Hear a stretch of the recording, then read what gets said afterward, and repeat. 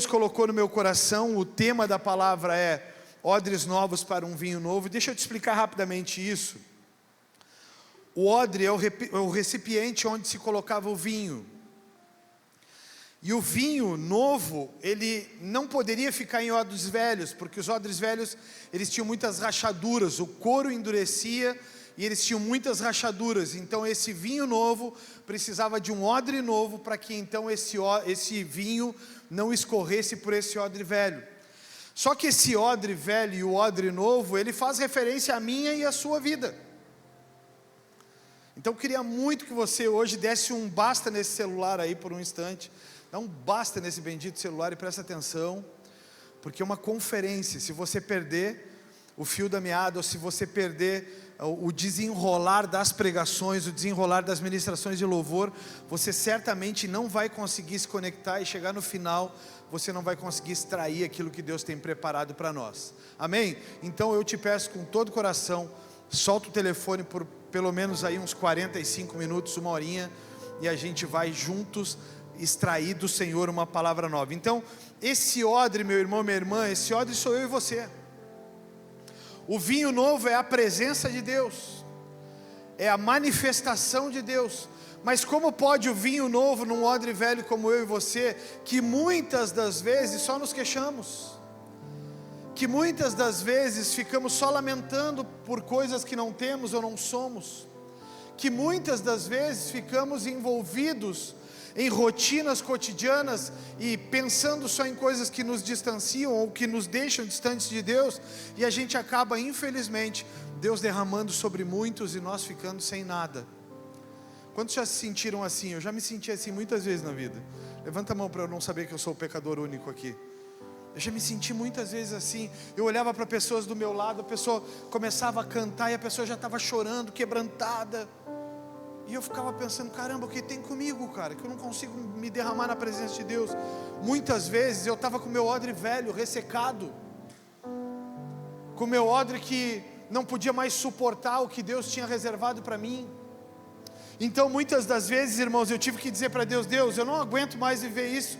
Eu quero ir para o teu novo, eu quero ir para uma nova estação, eu quero ir para um despertamento na minha fé. E muitas das vezes Deus fez. E hoje eu estou aqui para, como disse a pastora, a minha primeira conferência, a conferência Abá, a conferência que Deus colocou no nosso coração, a conferência que Deus despertou no nosso coração. Então eu quero te convidar a junto comigo mergulhar nessa história. O título da pregação é Chegado um Novo Tempo para nós, Second House. Para você que está nos visitando, de repente você não sabe de nada do que está acontecendo, mas há um ano atrás, um ano e um pouquinho atrás, nós transicionamos, nós éramos a Bola de Neve, e por 10 anos nós fomos a Bola de Neve, e aí nós transicionamos, nós nos tornamos a Second House, ou segunda casa. Tempo de choro, tempo de pranto, tempos onde a gente precisou fortalecer as bases, onde a gente precisou se reestruturar e recomeçar literalmente. Então literalmente há um ano e meio atrás, menos de um ano e meio atrás, nós estávamos começando, nós não tínhamos mais a prancha, nós não tínhamos um púlpito com um formato como a gente tem agora, a gente não sabia fazer como a gente está fazendo agora, a gente sabia fazer no molde Bola de Neve. A gente abria o culto com um salmo, a gente encerrava o culto com o Pai Nosso, a gente tinha uma prancha que era o nosso altar. Mas um ano e meio atrás, Deus falou conosco que era chegado um novo tempo. E amanhã, exatamente amanhã, dia 7 de março, nós estamos completando 11 anos como igreja em Bagé. 11 anos. Eu fiquei pensando hoje, às 7h30 da manhã, pasme, irmãos, quem me conhece de longa jornada vai ficar mais pasmo ainda. Eu estava caminhando com o cachorrinho que ia fazendo o seu xixi. Eu estava caminhando e perguntando para Deus, Deus, o que o Senhor quer de nós? O que o Senhor quer para mim nessa noite? Senhor, o que o Senhor quer como palavra? O que o Senhor tem reservado? Senhor, faz 11 anos amanhã, Jesus, que nós estamos nessa jornada. E o Senhor me dizia que é chegado um novo tempo para nós como igreja. Depois de 11 anos, muita coisa passa na cabeça de alguém que já cruzou por mares tão revoltos e também já provou de águas tão calmas. E uma coisa sempre vem à tona: Deus cuidou de nós em cada detalhe. aqui estamos 11 anos depois, fortalecidos depois da crise e fortes, como se ainda estivéssemos começando a jornada. É chegado um novo tempo sobre nós, Second House. Você pode dizer amém?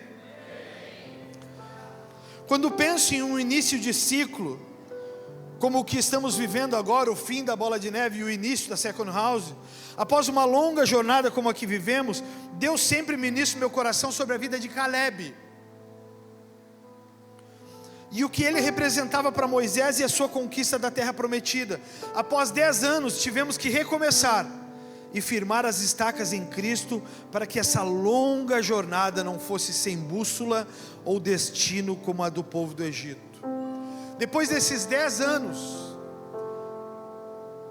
eu literalmente, como pastor, fundador da igreja, eu literalmente tive que pegar uma bússola espiritual e dizer para Deus: Deus, para onde Tu quer que a gente vá?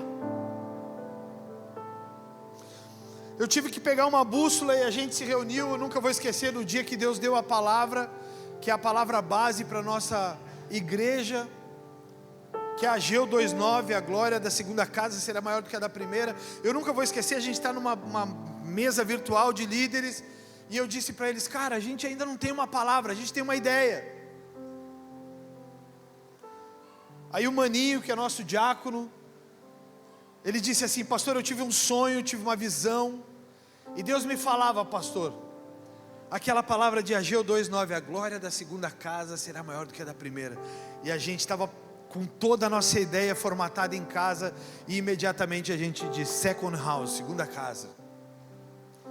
Só que a gente já não era mais os mesmos meninos que a gente era quando começou. Hoje eu tenho 49 anos de idade.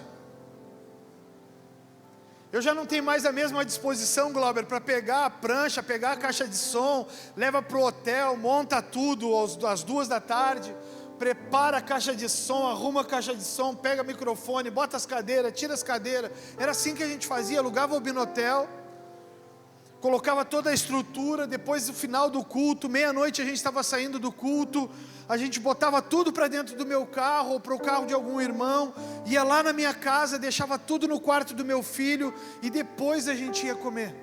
1h da manhã, 2h da manhã, a gente ia comer alguma coisa. Só que hoje, com 49 anos de idade, eu olhava para mim e eu dizia para o Senhor: Senhor, há 1 ano atrás eu dizia para o Senhor: Senhor, será que nós vamos começar tudo de novo? Será que eu vou ter que voltar para o hotel? Porque uma estrutura como essa não é uma estrutura que paga assim. Uma estrutura como essa, uma estrutura como a Second House Kids, não é uma estrutura que tu levanta de manhã, tá tudo bem, vou pagar essa conta. Essa conta não paga assim, irmãos. E eu dizia para o Senhor: caramba, como que será que vai ser, Senhor? Será que nós vamos voltar? Será que nós vamos ter que recomeçar tudo de novo? Vamos ter que entregar os prédios? Presta atenção aqui, irmãos. Eu dizia: será que a gente vai ter que entregar os prédios? A gente vai ter que começar tudo de novo? Será que as pessoas vão querer recomeçar de novo com a gente? Aí hoje eu questionei tudo isso a Deus. Eu disse tudo isso para Deus de manhã. Eu dizia para o Senhor: Senhor, muita coisa já passou, muita água já passou debaixo dessa ponte, e nós continuamos aqui firmes como nos primeiros dias. Agora, quando a gente decidiu dar uma cara nova para a igreja, mudar o cenário, mudar o visual dela na entrada, a gente estava aqui semana passada, 11h30 da noite, cortando grama, pintando, arrumando, feliz da vida, irmãos, como se estivesse começando de novo. Então eu me fiz uma pergunta: quem era esse Caleb para Moisés? Quem era esse Caleb para que Moisés o enviasse para espiar a terra, como a história nos mostra? Quem é esse cara que Deus confia tanto, ou que Moisés confia tanto, que ele diz: vai lá, tu vai ter o privilégio de espiar a terra, e se a terra for boa, nós vamos meter a mão e nós vamos avançar.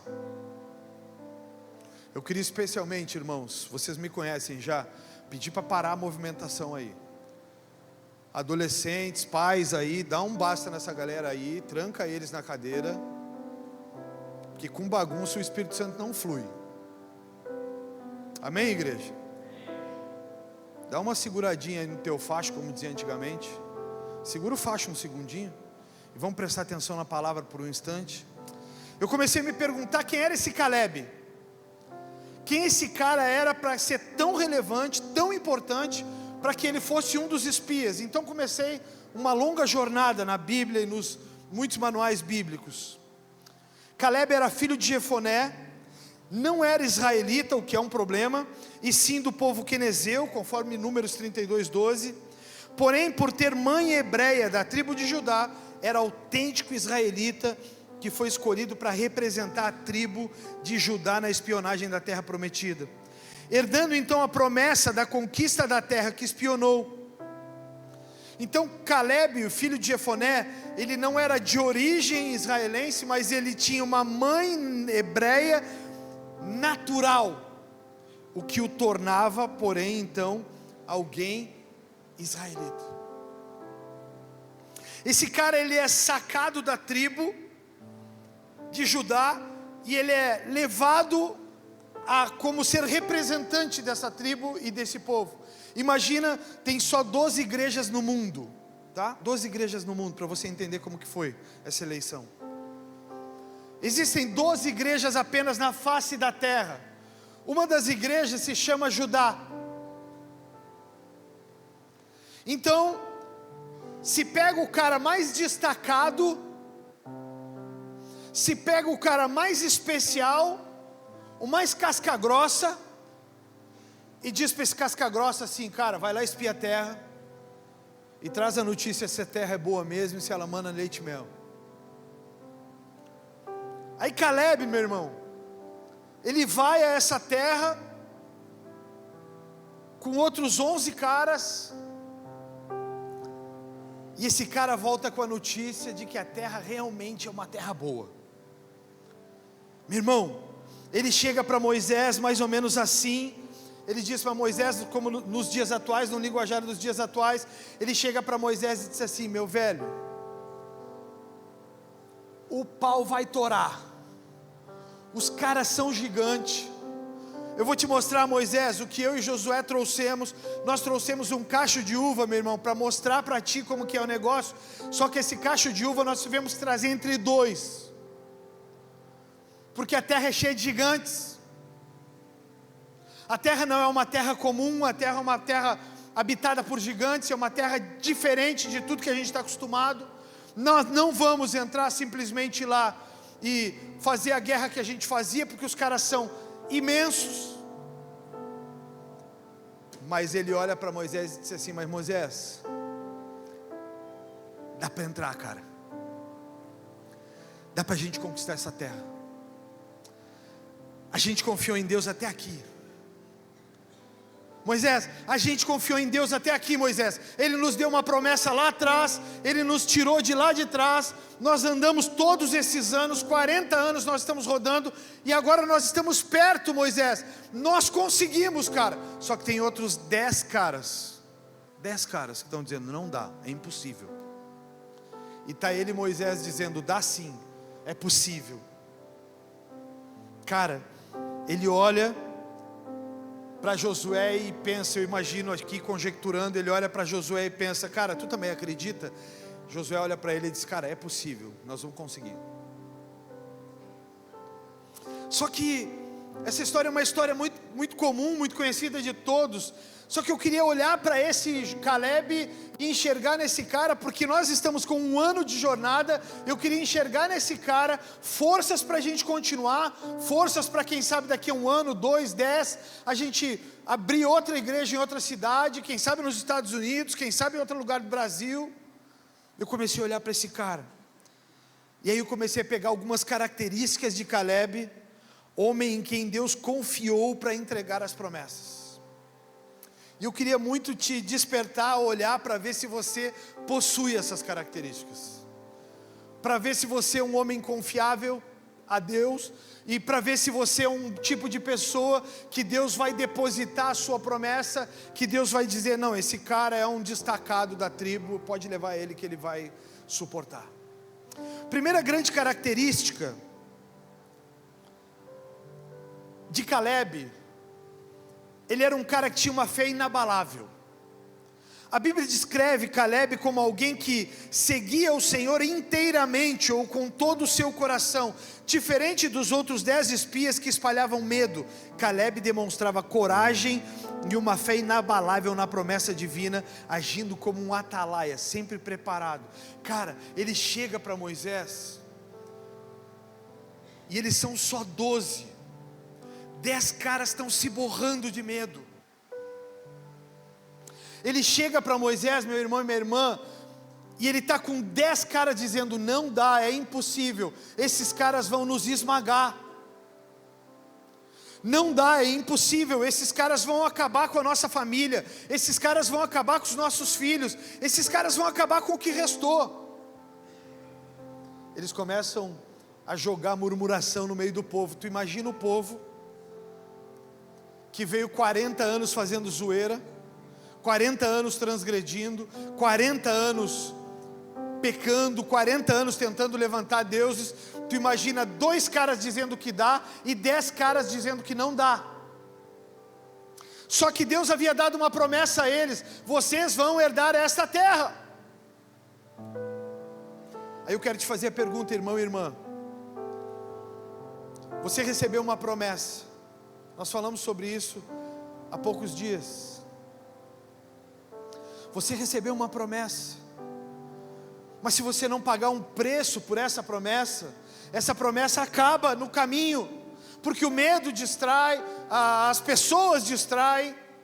E não há uma única vez que eu vejo o Felipe tocar essa canção, Fixe os Meus Olhos, que eu não pare e pense em todos os anos que eu tenho investido a minha vida em Cristo. Quando o Felipe escreveu essa música, eu lembro como se fosse hoje o privilégio que eu tive. Ele me mandou a música antes de ser lançada e me disse: cara, olha, ouve a música e vê o que Deus vai falar contigo, e grava, cara, as tuas reações, que eu quero saber o que Deus falou contigo.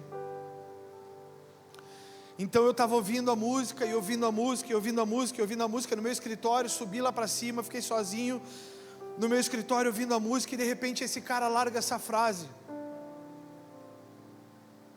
eu não joguei a minha vida fora, eu dediquei, ou eu separei os meus melhores anos a Ti. Cara, na hora, eu fui tomado por um choro, porque há 1 ano mais ou menos e meio atrás, 2 anos atrás, eu acho que o Felipe lançou entre 2 e 3, né, Gabi? É por aí, né? Entre 2 e 3 anos, a Gabi, a esposa dele, está ali, linda, maravilhosa, nossa amiga. Ela devia estar sentada aqui na frente, mas eu acho que ela está fugindo do ar-condicionado. Cara, quando esse cara falou essa frase, eu lembrei da minha conversão, meu irmão. Cara, eu estava falando para o Mauro agora, que veio ali me dar um abraço. Senti tanto amor de Deus, Mauro, no teu abraço. Cara, eu estava falando para esse cara agora. Cara, eu tenho 49 anos. E quando o Felipe falou, a minha ficha caiu. Tinha 27 anos que eu servia a Jesus. Eu entreguei a minha vida a Jesus aos 19 anos de idade. Quando esse cara falou essa frase, a minha mente começou a bugar, e agora eu completei 30 anos servindo a Jesus. E eu comecei a me perguntar: caramba, o que eu fiz com a minha vida? O que eu fiz com a minha juventude?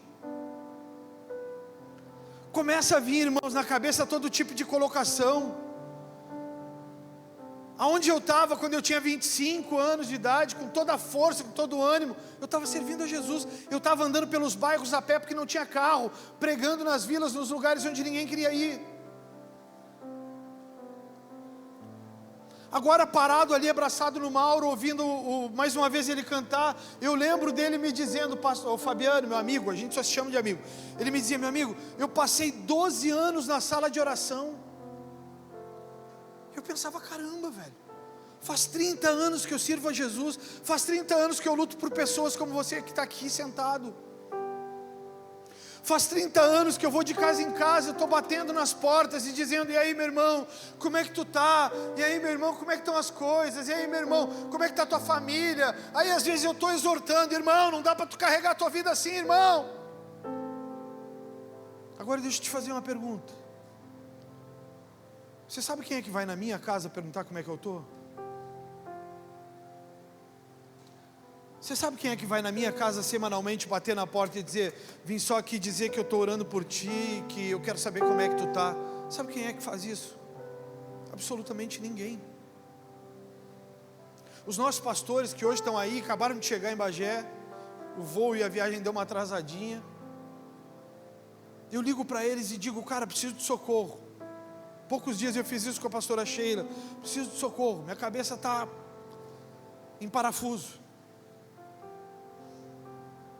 Irmãos, quantas vezes isso já aconteceu, como está acontecendo agora, de não estar programado para pregar e ter que pregar, de não estar programado para ir e ter que ir, porque eu tenho um compromisso inadiável com Deus. Caleb era esse tipo de cara. Enquanto está todo mundo murmurando no arraial, ele é o cara que está dizendo, não cara, segura que dá.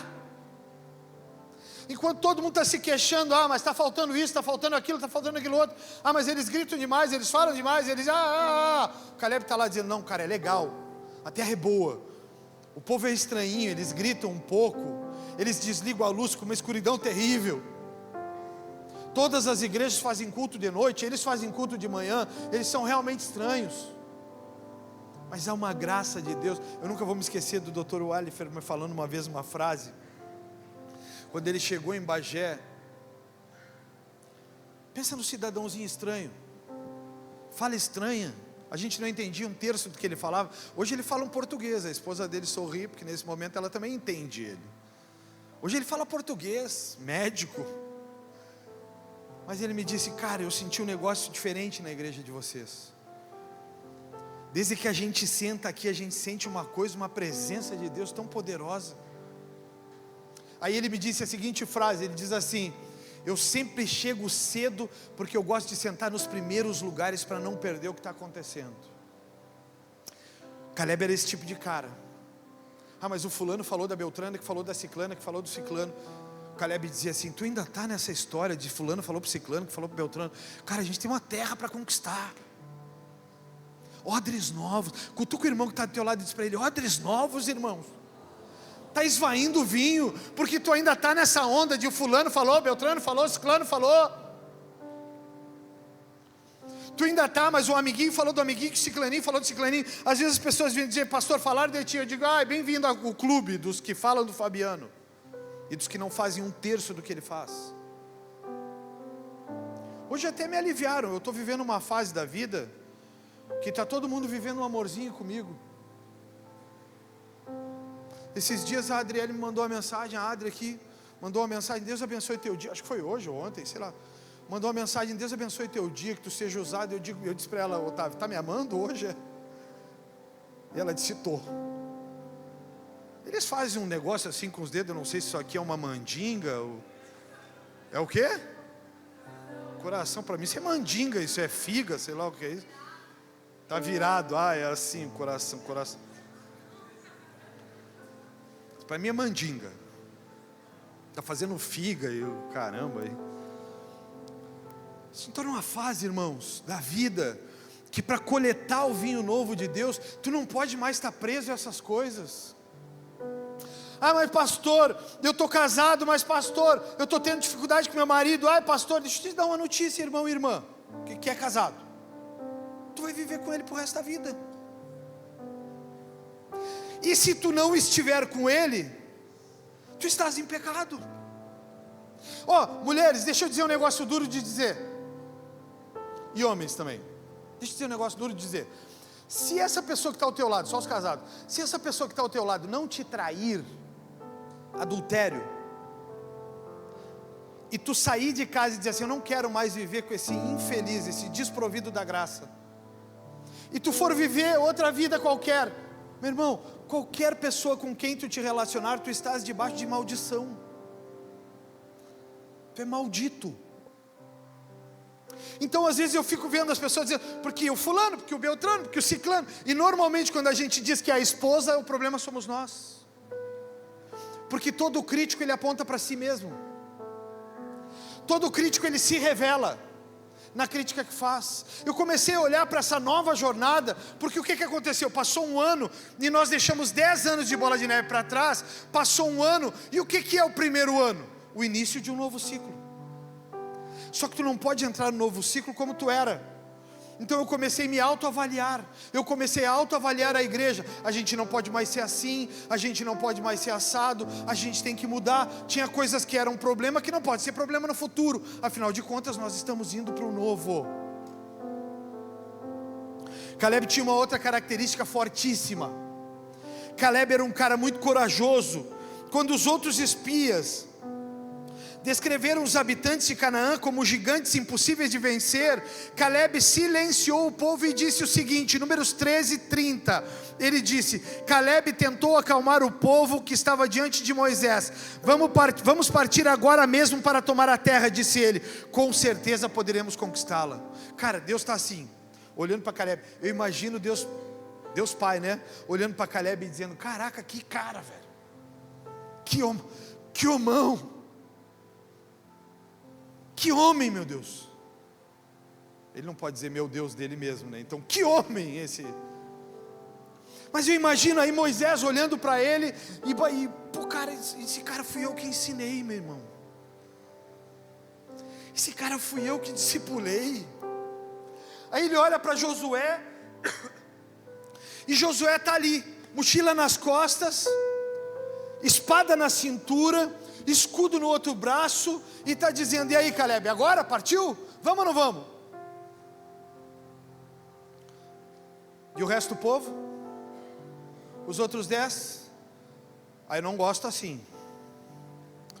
Ah não, mas se não for seguro eu não vou ir. Ah, mas tu viu o que fulano falou? Ah não, não dá, é inseguro.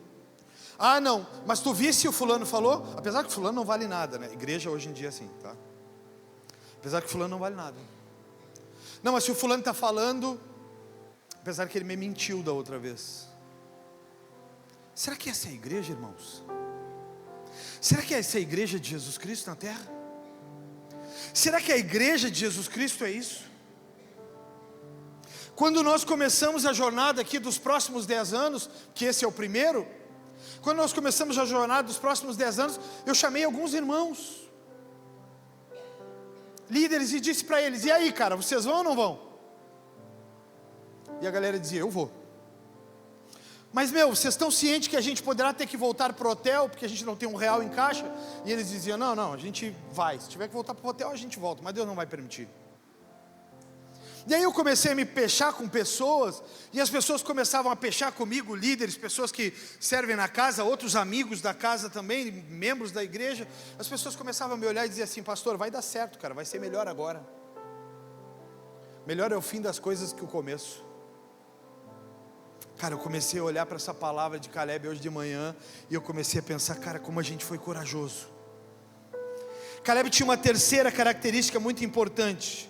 Eu não quero tomar muito tempo de vocês, vou fazer bem rápido. Caleb tinha uma terceira característica, que os estudiosos dizem que ele era um homem que tinha um espírito diferente. Só que a gente começa a olhar, e a gente vê que não era o povo que dizia, era Deus que dizia. Números 14:24 diz: meu servo Caleb, no entanto, teve uma atitude diferente dos demais, permaneceu fiel a mim, por isso eu o farei entrar na terra da qual fez o reconhecimento, e seus descendentes tomarão posse dela. Cara, Caleb era diferente. Deus olha para ele e diz assim: meu servo Caleb é diferente dos outros. Enquanto os outros estão pensando: não sei se esse negócio de igreja é para mim, não sei se esse negócio de estar todo domingo na igreja é para mim, eu gosto de ter liberdade, eu gosto de ir de vez em quando, eu gosto de fazer as coisas do meu jeito. Enquanto tinha uma galera dizendo isso, Caleb estava dizendo: o negócio é o seguinte, cara, vamos embora, vamos de uma vez, a gente tem uma obra a fazer. Caleb batia na porta dos caras e dizia: e aí, tu vai ou não vai?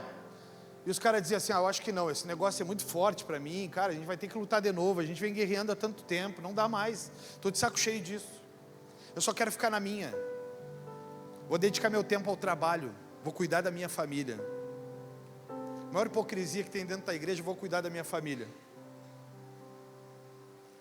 Porque o maior cuidado que se pode ter com a família é: eu e a minha casa serviremos ao Senhor.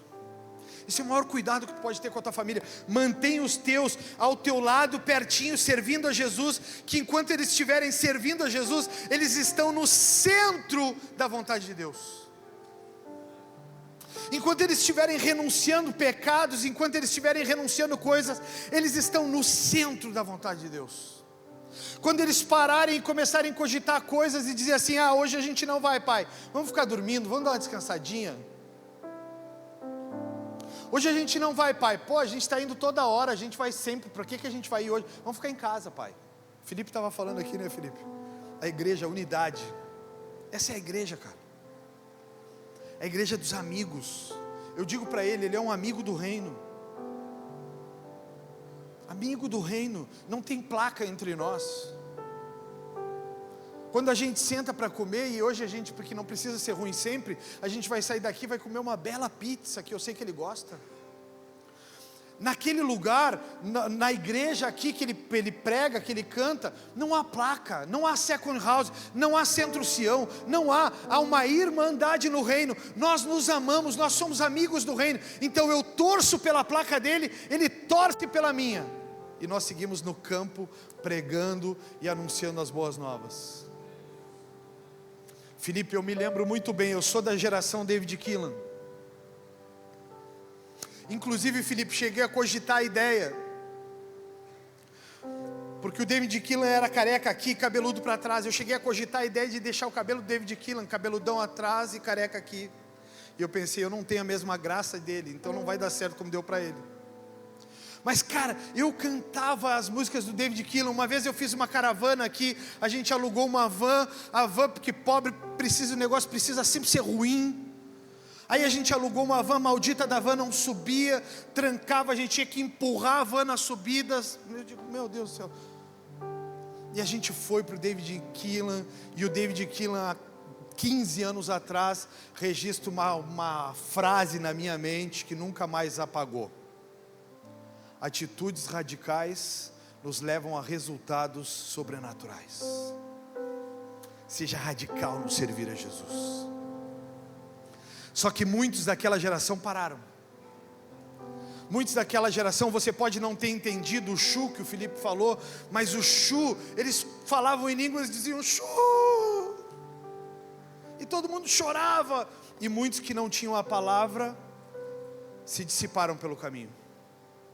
Muitos que não tinham a palavra foram ficando, e nós fomos seguindo, e nós fomos continuando, e nós fomos avançando. E aí a gente tinha as músicas deles, eles já não cantavam mais, eles já estavam parando, e nós seguíamos cantando, correndo, correndo pelo Brasil, correndo, correndo pelas nações. Cara, a gente seguia pregando. Era demais aquilo. Só que agora passaram-se 30 anos. Cá estou eu 30 anos depois pregando, como diz a minha esposa amada, pela primeira vez em uma conferência, feita por mim, convidado especial sou eu. Eu mesmo projetei, eu mesmo dei o nome, eu mesmo dei o título, eu mesmo dei a palavra e eu mesmo me convidei. Foi o Senhor? Cara, há 21 dias atrás a gente começou um projeto de uma torre de oração, 21 dias, das 19 às 20 horas, ajoelhados, clamando por uma palavra. 21 dias depois, eu estive os 21 dias ajoelhado, 21 dias depois, Deus nos deu 21 decretos, 21 palavras. E ontem nós encerramos e nós olhamos uns para os outros que estávamos na torre de oração. Nós olhamos uns para os outros e dissemos: a gente está pronto, cara, pode começar essa conferência, porque a gente já está queimando aqui e não há mais o que Deus possa fazer que nos surpreenda. Cara, aí eu comecei a olhar para esse cara chamado Caleb. E eu comecei a olhar para ele e comecei a pensar, cara, ainda tem coisas que Deus pode fazer em nós. Eu preciso ainda ser um homem de coragem. Eu preciso ser um cara destacado no povo. Deus ainda precisa olhar para mim e dizer: esse é o meu servo Fabiano, que não desistiu das promessas e que permaneceu. Por isso ele vai herdar a terra prometida. Eu quero fazer isso no último dia. Uma quarta característica de Moisés, e eu já estou praticamente acabando, para você ficar ligado aí. A gente já não está mais acostumado com culto à noite. Deixa eu fazer uma fofoca gospel aqui. A gente já não está mais acostumado com o culto à noite, então tem uns irmãos que estão assim. Ele já se ligou. Teve uns que já se ligaram. Sempre de manhã. De manhã a gente está ligadão. Quarta atitude de Moisés. Moisés tinha uma atitude de líder pacificador. Olha como a mesma palavra tem duas conotações. Ele fez o povo se calar perante Moisés para transmitir uma mensagem de confiança, tentando conter a murmuração e o medo. Lembrem que que a palavra que eu vou citar agora, eu citei falando dele como um homem corajoso, que é Números 13:30. A mesma palavra é para um homem pacificador, para um líder pacificador que mostra confiança e credibilidade para o povo. Então ele diz: Caleb tentou acalmar todo o povo que estava diante de Moisés e disse: vamos partir agora mesmo para tomar essa terra. Disse ele: com certeza podemos conquistar. Então ele era um líder pacificador. Ele disse: se acalmem. Calma, gente, calma. Não fica olhando para o gigante. Será que existe algum gigante que um mar que se abriu para nós passarmos? Será que pode haver um gigante que tenha mais poder do que Deus de abrir o mar para nós passarmos? Você não se faz essa pergunta de vez em quando? Ah, pastor, eu estou passando por um problema. Você não se faz essa pergunta de que Deus é o mesmo Deus que abriu o mar para o povo passar? Ah, mas essas coisas não acontecem mais. Não acontecem contigo. Comigo acontecem muitas delas. Então não me coloca nessa roda, irmão. Eu já orei tantas coisas que aconteceram. Eu já orei por tantas pessoas que foram curadas, restauradas. Eu já orei por tantos casamentos restaurados. Aí, esse líder pacificador, ele olha para o povo e diz: se acalmem, cara. O mesmo Deus que abriu o mar vai nos dar força para vencer os gigantes.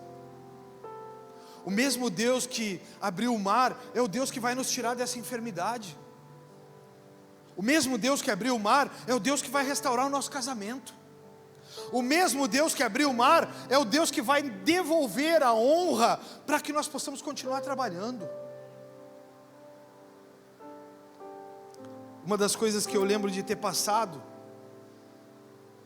é que logo que acaba o ciclo Bola de Neve vem a desconfiança. Eles não eram, eles não são, tudo era uma mentira. Tudo era um teatro. E aí a gente se olhava uns aos outros e começava a dizer: cara, vamos fazer o seguinte, vamos silenciar a nossa voz, não vamos responder em rede social, vamos trabalhar. A gente se olhou uns aos outros, os líderes, e a gente começou, eu e a pastora, a orientar os líderes e dizia: cara, não responde nada. Tem 2 anos que a minha rede social não publica nada sobre ninguém. A gente começou a trabalhar. E a gente começou a pregar, e aí batizar, e salvar, e anunciar o Evangelho. Nos últimos 2 anos a nossa média é 7 batismos por ano. Um batismo a cada um mês sim, um mês não. Críticas vindo, pessoas falando, e nós trabalhando. O que Caleb mostra é que o fim de um ciclo aponta para o início de um outro ciclo. E aí eu quero te fazer uma pergunta muito sincera: como queremos que seja esse novo ciclo? Como você quer que seja esse novo ciclo? E dependendo de como você quer que seja esse novo ciclo, determina a postura que você vai ter no novo ciclo. Então a gente pega a Bíblia em Josué capítulo 14, versículo 6, eu te convido a abrir ela aí rapidamente. Josué 14, 6. Eles estão indo para o novo. Eles saíram da escravidão do Egito. Eles estão de frente para a terra. A terra realmente é boa. Ela dá fruto. Ela é boa. Ela tem terras prósperas. Ela tem terra produtiva. Ela só tem gigantes lá. Esse é o menor dos problemas. O pior dos problemas seria se ela não fosse boa, se ela não desse frutos. Então ele olha Josué capítulo 14, versículo 6, ele diz: uma delegação da tribo de Judá, liderada por Caleb, filho do Quenezeu Jefoné, foi a Josué em Gilgal. Caleb disse a Josué: lembre-se do que o Senhor disse a Moisés, o homem de Deus, a respeito de você e de mim, quando estávamos em Cades Barneia. Eu tinha 40 anos quando Moisés, servo do Senhor, me enviou a Cades Barneia para fazer o reconhecimento da terra de Canaã. Eu voltei e lhe dei um relatório verdadeiro, mas meus irmãos israelitas que foram comigo assustaram o povo de tal maneira que eles se encheram de medo. E aí vem a frase das frases. Ele diz: da minha parte, segui o Senhor meu Deus de todo o coração. É genial a colocação, porque ele não estava esquecido da promessa, ele não estava esquecido do que ele havia visto, ele só não tinha mais a mesma idade. Mas ele não se esqueceu do que Deus prometeu. Então ele vai até Josué, o líder que assumiu no lugar de Moisés, e ele diz para Moisés: tu te lembra da promessa que ele fez? Nós estávamos em Cades Barneia juntos. Foi só eu e tu que dissemos que dava, cara. Foi só eu e tu que dissemos que dava. Durante todo esse tempo, Josué, os caras ficaram com medo, os caras abandonaram o caminho, os caras se desviaram, como o Felipe acaba de dizer aqui. Durante todo esse tempo, e 30 anos é muito tempo, que é o tempo que eu estou vivendo diante de Cristo. 30 anos é muito tempo, se vê muita coisa, passa muita gente. E tu levanta a segunda, acaba domingo, levanta a segunda, acaba domingo, e tu precisa continuar fazendo a mesma coisa. Aí vem uns empolgados e dizem: agora sim, conta comigo, estou contigo, estamos junto. Nunca diga estamos junto para mim, porque eu vou te repreender. Estamos junto é uma falsidade gospel. Normalmente quando se diz estamos junto, nós nem estamos nem aí junto. O cara que está junto, ele não diz estamos junto. O cara que está junto, quando tu precisa, ele está do teu lado. Tu olha para o lado e diz: o que tu está fazendo aí, cara? Ué, tu não vai ir? Como é que eu vou te deixar sozinho? Não precisa dizer nada, eu estou aqui. Cara, esse cara olha para Josué e ele começa a fazer lembrança a Josué: cara, te lembra que a gente estava lá? A diferença de um grande homem da história é que ao invés de tempos de murmuração, eles continuam crendo e vencendo. Então enquanto os outros começam a murmurar e rodear, eu não vou, eu não faço, eu não quero, está muito pesado, é muito fardo, me cobram demais, é isso, é aquilo, tem que estar toda hora na igreja. Ele começou a olhar e disse: não, enquanto eles estavam fazendo tudo isso, da minha parte, segui o Senhor meu Deus de todo o meu coração. Vocês estão entendendo ou não? Ah, pastor, a palavra está dura. Irmão, é para ti então. Ela é para ti. Absorve. E aí, cara, Josué capítulo 14, ainda versículo 9. Que é a arte desse cara. Por isso naquele dia Moisés que me prometeu solenemente: a terra de Canaã na qual você caminhou será herança permanente para você e seus descendentes, pois você seguiu ao Senhor meu Deus de todo o coração. Agora, como você vê em todos esses 45 anos, diga comigo por favor essa palavra, 45 anos depois. Diga para quem está do seu lado: ele já não tinha mais 40, ele tinha 85 anos. Desliga esse ar aqui para bem de eu não congelar aqui, por favor. O espírito da riqueza tomou aqui, está um frio aqui em cima daqueles, genial. Cara, 45 anos depois, esse cara vai até Josué e chega perto do monte e diz: meu amigo, te lembra da promessa? E eu imagino o Chester, Josué olhando para ele e dizendo assim para ele: meu camarada, velho, tu tá com 85 anos, irmão. Tu tá tomando remédio para dor nas pernas.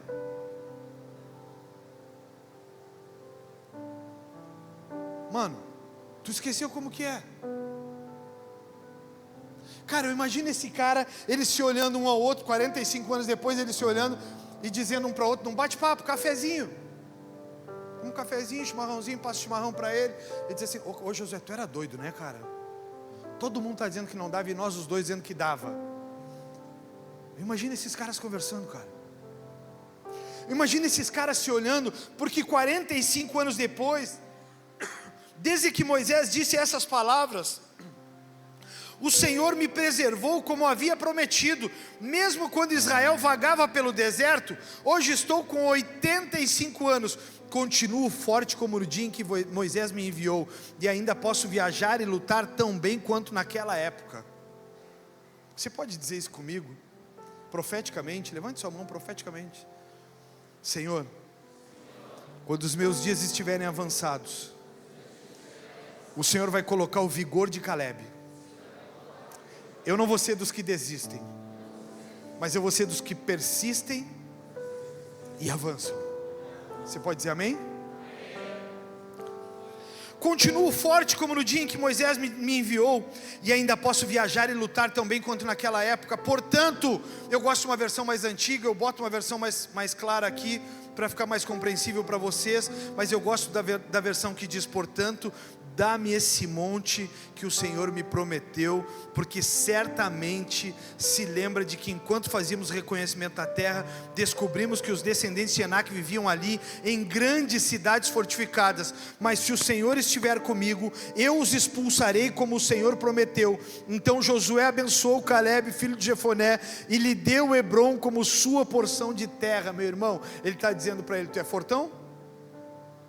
Hein? Está preparado? E ele está dizendo: eu estou, cara, eu estou com o mesmo ânimo, eu estou com o mesmo vigor, eu estou tomando testosterona. Ops, só fazendo um adendo aqui. Eu estou fazendo reposição de texto. Não tinha. Esse cara está olhando para Josué e está dizendo para ele: cara, eu vou conquistar. Eu queria convidar o Felipe, meu amigo Felipe, e os meninos, porque eu já terminei. Olha como eu fui rápido hoje para não ficar cansativo. Cara, eu estou olhando para esse cara, e esse cara está dizendo para Josué: cara, eu estou com 85 anos, mas eu estou me sentindo com vigor, com a vontade de correr, com a vontade de saltar. Tem alguém aqui que está se sentindo assim ainda ou não? Levanta a mão. Ou tem... Doutor, consegue aonde farmácia testosterona para dar para esses homens aí? Quem é que está ainda com força e vigor para continuar na jornada? Cara, eu vou continuar. Pelo jeito eu vou continuar com metade da igreja que levantou a mão. Eu estou com vigor, eu estou com 49, corpinho de 25, mente de 49. Tá tudo bem, eu não estou com um corpinho de 25, mas ainda dá. Eu sou daqueles caras, meu irmão e minha irmã, que eu estou acreditando esse 1 ano de Second House, eu estou acreditando que nós vamos chegar aos 50 anos de Second House. Eu estou acreditando que nós vamos ser uma igreja centenária, porque eu tenho convicção da palavra que Deus me deu, e essa igreja ela não vai morrer, ela vai continuar de geração em geração. Os filhos dos filhos dos filhos dos filhos vão começar a ter a semelhança de Jesus. Então eles vão começar a ser semelhantes a Jesus. Agora o Laírton levantou a mão, a filha do Laírton vai continuar, e aí a filha da filha do Laírton vai continuar, os meus netos vão continuar, e os filhos dos meus netos vão continuar, e eu vou estar lá velho pensando: olha que eu sou como Caleb, se tu me der eu vou de novo. Cara, porque Deus ele tem feito coisas novas na minha vida. Deus tem feito coisas novas na minha vida. Eu me desmanchei, cara, nesses últimos anos. Eu me desmanchei, eu fiz que nem a águia. Eu fui arrancando as penas e fui deixar nascer pena nova. Porque eu tenho dito para o Senhor a mesma coisa: Senhor, o Senhor sempre vai contar comigo. Se faltar alguém eu prego, se faltar alguém eu vou. E aqui estou, irmãos. A minha vontade hoje era só dirigir culto para Ele pregar. Eu queria ir para o Chu. Eu só queria eu só queria ficar ali e chorar na presença de Deus, um derramar do Espírito. Mas o Senhor está nos chamando para conquistar a terra que Ele nos prometeu. Eu quero te convidar a ficar em pé, para parecer que estou terminando. Mas eu quero te dizer uma coisa muito poderosa, meu irmão e minha irmã. Eu quero te dizer uma coisa muito poderosa. Eu queria que você prestasse atenção. E se você vê que vai começar a andar os andarilhos aí, dá uma pancada num aí e diz: te senta, rapaz. Eu quero te dizer uma coisa muito poderosa. Deus está chamando uma nova geração de Josués e Calebes. Sabe que no último dia de sala de oração, eu vou te falar no final aqui sobre o primeiro dia de sala de oração, mas eu quero te dizer antes, o último dia de sala de oração. Deus falou conosco de forma tão poderosa, mas tão poderosa. Eu comecei a olhar para aquilo que Deus estava dizendo, e eu comecei a acreditar no que o Senhor estava dizendo. Então o Senhor me dizia uma palavra que está em Atos 2, versículo 15, que diz assim, foram 14, então Pedro deu um passo à frente com os 11 apóstolos e dirigiu-se em alta voz à multidão: ouçam com atenção todos vocês, povo da Judéia e habitantes de Jerusalém, escutem os que lhes digo. Essas pessoas não estão bêbadas, como alguns de vocês pensam, pois são apenas 9 horas da manhã. Pelo contrário, o que vocês estão vendo foi predito há tempos pelo profeta Joel. Joel capítulo 2, versículos 28, 29 e 30. Está escrito aqui em Atos 2, versículo 17: nos últimos dias, disse o Senhor, derramarei do meu espírito sobre toda a carne, sobre todo tipo de pessoa. Seus filhos e suas filhas profetizarão, e os jovens terão visões e sonhos. Naqueles dias derramarei do meu espírito até mesmo sobre os servos e servas, e eles profetizarão. Farei maravilhas em cima no céu e em sinais embaixo da terra, sangue e fogo, nuvens e fumaça. O que Deus me dizia no último dia de torre de oração: eu vou derramar uma nova porção do Espírito sobre vocês, vou derramar dons, vou fazer com que vocês voem como águias, porque a profecia de Joel se cumpriu em Pedro e nos discípulos, centenas de anos depois. E a profecia de Atos dos Apóstolos de Pedro, baseado na profecia de Joel, ela vai se cumprir em nós, porque nós seremos cheios do Espírito, nós seremos tomados pelo poder de Deus.